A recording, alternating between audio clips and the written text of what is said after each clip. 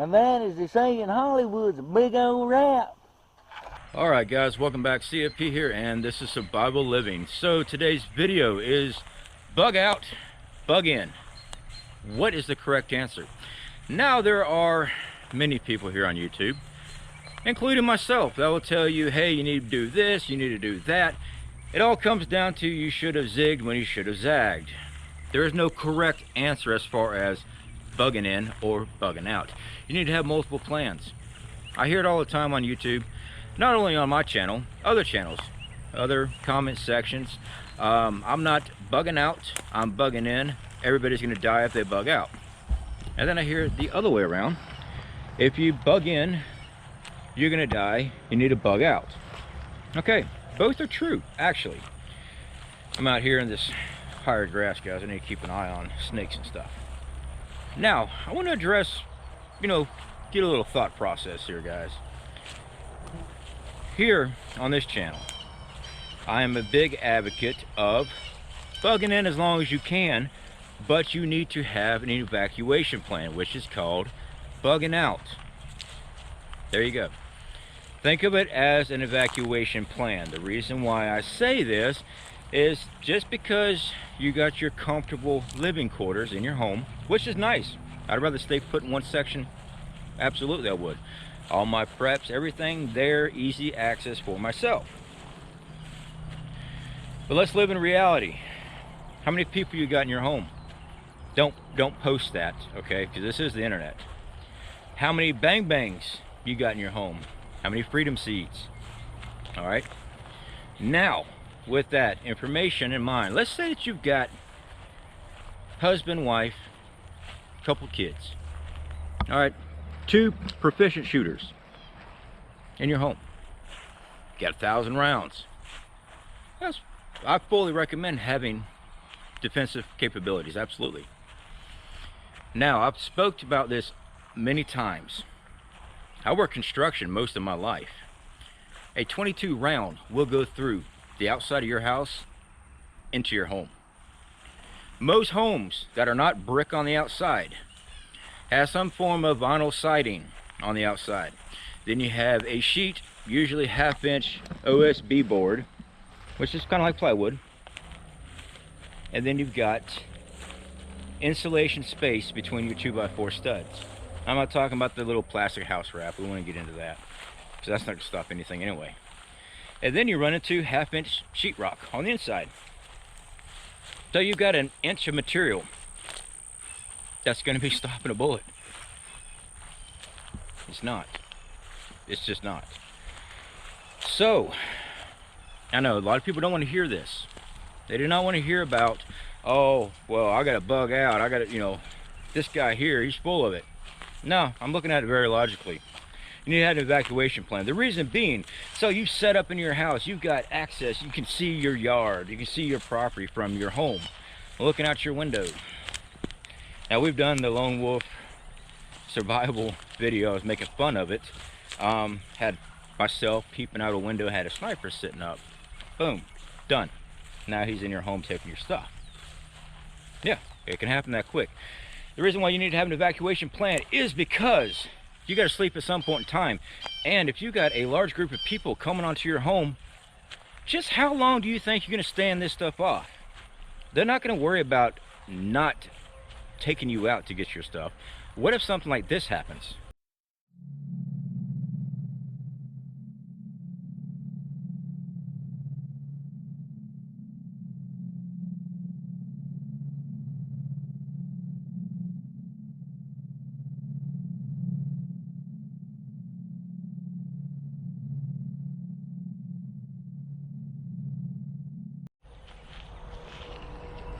It's the middle of the night. You got people creeping onto your property. They've already been sitting and watching you. I mean, if I was going to do it, I'd be watching you for several weeks. Watching your routine.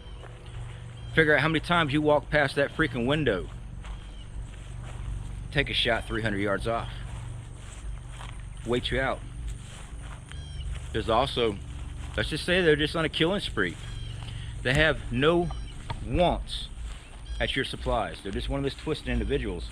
Because the fact is, when SHTF happens, and I'm talking about big time SHTF, there are no mental medication available. These people are going to run out. Now, not all people that are on medication for mood swings or anything like that are going to go homicidal, but there is a large percent. There is people that needs medication to stay stable. The way our society is set up today, you give somebody medication to go to a therapist every now and then, they are free to do whatever they want to in society. I'm not here to argue the fact, or excuse me, I got some idiot on a dirt bike. I'm not here to argue with you on what should be done with people that are on mental medication. That's not my place. All right, everybody has a right to be free, unless they've committed some heinous crime. Then they need to be put away, in my opinion. But that's my opinion. Okay, now scenario, these people are out there, arsons. Hey, you know what, I'm off in the head, I'm just gonna burn you down just because, while you were asleep. I see this comment, well, I keep a fire extinguisher. Very good thing to have, absolutely, fire extinguishers. If they set ablaze your house on the outside, your fire extinguisher is not going to do you any good if you cannot get out there to put it out. If they have already teamed up and waiting for you to open up that door to mow you down, yeah. So, what do you need to do? You need to have an evacuation plan. This is called bugging out. You need to have a bug out location already predetermined. It actually would not hurt to have multiple bug out locations predetermined. Have maps, exactly how you're going to get there.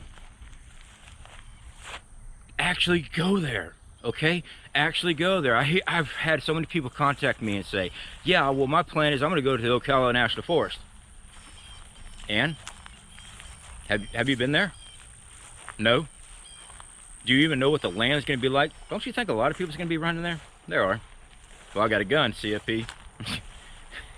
Florida's got a lot of them. All right, you're not the only one. Now, I have recently read you're not going to be running around with your bags of rice and your bags of bean when you're bugging out. I'm not. Do I have rice and beans? Yeah, I got a lot of them. We have rice and beans stored up. We have rice and beans hidden. We have them in bug out locations because it takes a while to cook rice and beans. You gotta let your beans soak. So it takes time, it takes fuel. Well, that's why we carry long-term food stores or our bug out gear, stuff like that. We're not gonna be running around with all of our canned goods. We're just not. I mean, there's just no way. Now, in our scenario, well, we are planning on, and it's not foolproof, but this is just a scenario. We have the 6x12 cargo trailer. We have converted that into a camper system. We have EMP shield on our vehicle. We have the ability to crank up our vehicle in case of a coronal mass ejection or an EMP. We have the ability to back up to that trailer. We have propane, everything else we can set right on the inside. We can collect what we need, put it in, and we can go mobile. Well, if all the interstates are full down cars, you're not going anywhere. He said, I'm going to be taking the interstates. I got enough fuel to last a very long time. I know how to collect fuel if I need to. Are you a target? Absolutely you are. Like I said, it's not foolproof. But it's a way of escape. Now, if we have to go on foot, could we? Yeah. We won't be taking everything that we have now. We won't be taking all of our solar and all that stuff. This is why you have a bug out location with equipment already there. That way, when you get there, you can cook up rice and beans because it's already there. This is another reason why I've always talked about food survival buckets. Having food, gear, things like that in these survival buckets. Having these things already at your bug out location hidden is a very good idea. It's hidden away from anybody in case they were to happen to stumble on it before SHTF happens. You do need to be going there and checking on your equipment from time to time. I don't mean go there every single week and risk exposing where your bug out location is. Have food, have water, have purification systems for water along the route, okay? I've got a heavy bug out gear. Well, I'm fit to carry that. I actually carry, I train with my gear. That's how I can say I can do this much with my gear, because I've actually done it. Train with your gear. There is no set rule on how much gear you should carry. Well, I guess there could be. The set rule is, what have you been training with? If you have never thrown your bug out gear on and attempted to get to your bug out location, that should be a rule breaker. You need to see how much your gear weighs. You need to see what you're able to do. Have food, water, security items, things like that along the way. Well, you can't have a bang bang hidden somewhere, CFP, that's illegal. Okay, then you need to be working on non-lethal methods. Put it in the ground. Do you know how to make trap snares? Do you know how to make these things for larger game, as in humanoid game? Do you have early warning systems ready to be in place in your yard and stuff like that in case someone is creeping around your property at night? Do you have this? Do you have a security system that relies on the grid? Even, I mean, you know, cameras and stuff like that will turn on if someone's in your yard. But if it's relied on the grid, is that really a very good security system? Power goes out, now you're blind. So please, guys, have an evacuation plan. It's a bug out plan. You do not want something like this.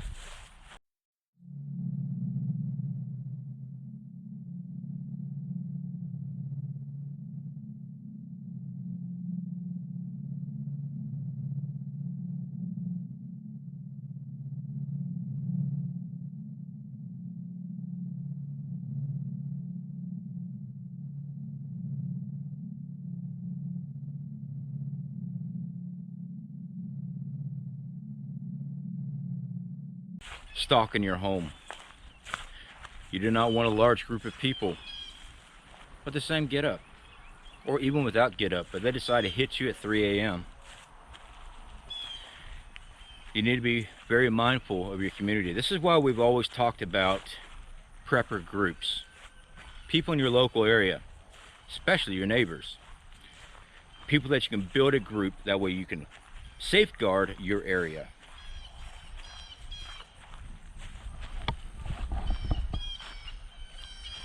Now, I've read the comments, and I do agree with most of them on this. It's hard to trust people. It is. Trying to build a prepper group, it's hard to vet people.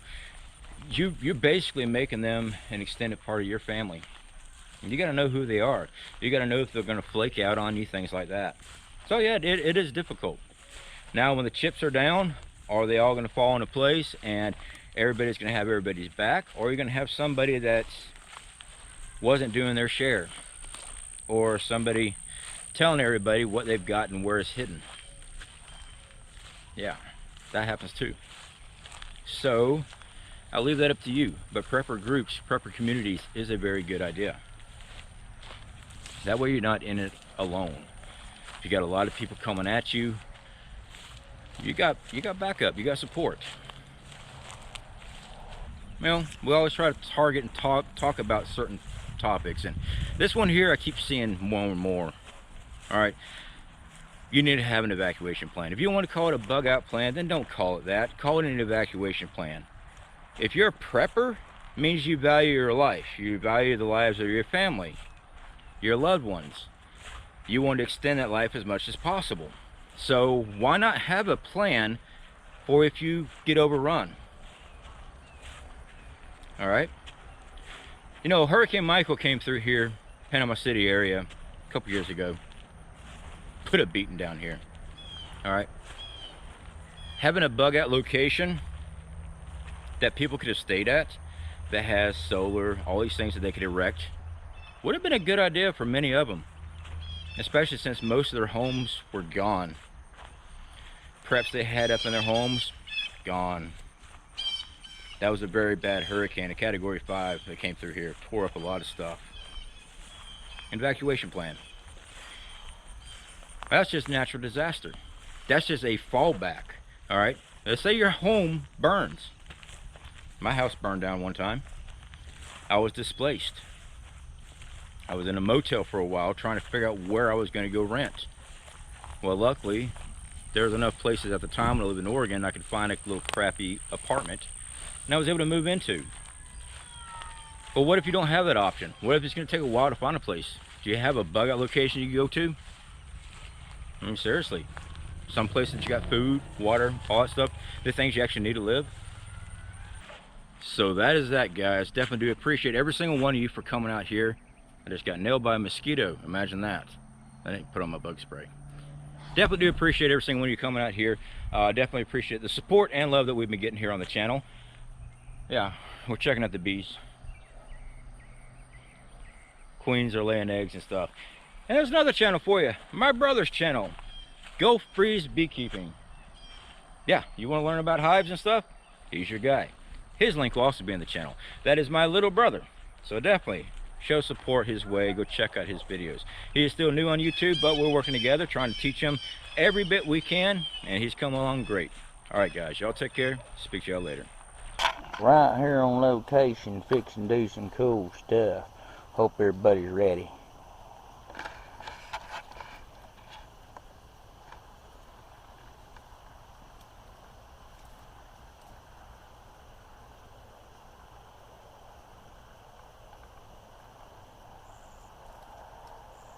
Can you see me?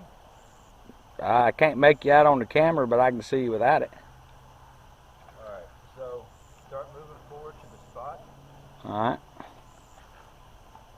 Alright, when you come to a stop, then I'll come out. Coming out.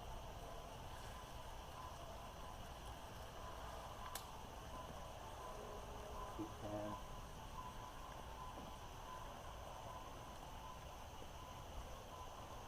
Alright, that's good.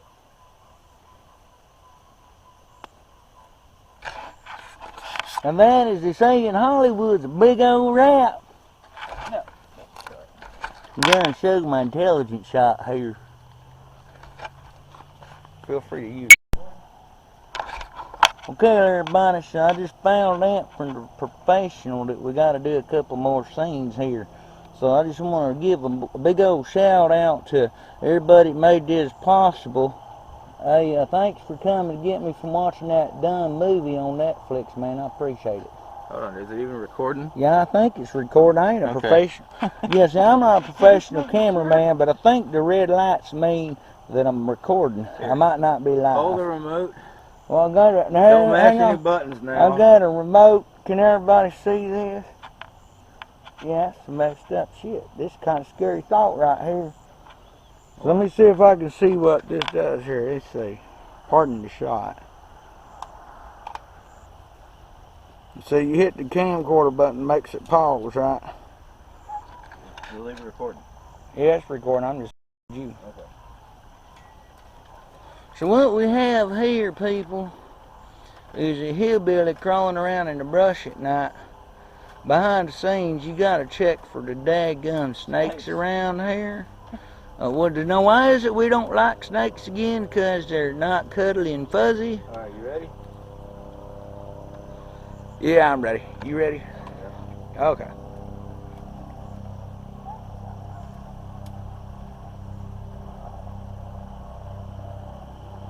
Okay, go ahead and move around.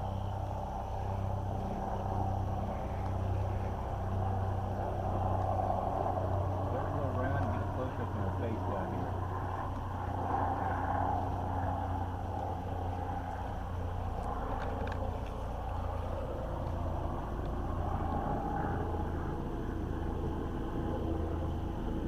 All right.